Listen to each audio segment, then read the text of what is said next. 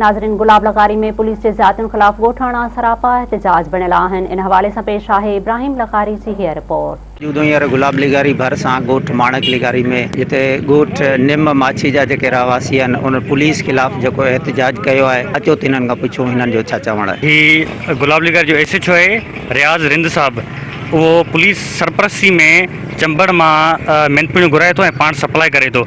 ऐं ही कल्ह वारदात थी आहे, ॿ नंढड़ा ॿार आहिनि, उन्हनि खे उन गिरफ़्तार कयो आहे ऐं उन्हनि ते कूड़ा मेनपुणियुनि जा ऐं सफ़ीना जा ऐं मंशा वग़ैरह जा मुख़्तलिफ़ केस आया अथनि ऐं ड्यूटी अटका जो ॿुधण में आयो त उहो बि केस कयो अथनि ॿारनि सां उन्हनि सां।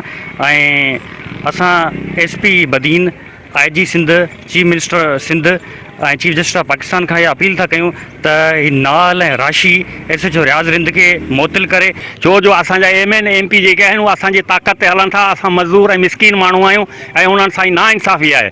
धराड़ पवार जेके जंग में आहिनि उन्हनि खे पकड़े 500 पुड़ियूं ऐं सफ़ीना उन्हनि जे पोयां लॻायो वञे थी ऐं हिते जा जेके अमलदार आहिनि, पुलिस जेका आहे सा हथ सां हलाए थी ऐं माण्हुनि खां रिश्वत वठे थी, पंहिंजूं पुड़ियूं हिते हलाइनि था।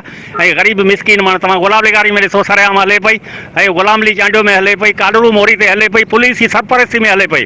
तव्हां ॻाल्हियूं ॿुधियूं हिते जेके एहतजाजी मुज़ाहिरो कंदड़ उन्हनि जूं, त हिननि जो इहो चवणु आहे त असां सां अगरि इंसाफ़ नथो थिए त असीं एहतजाज जो दाइरो वधाईंदासीं। कैमरामैन गुलज़ार लग़ारी सां इब्राहिम लग़ारी, मेहरान TV, गुलाब लग़ारी।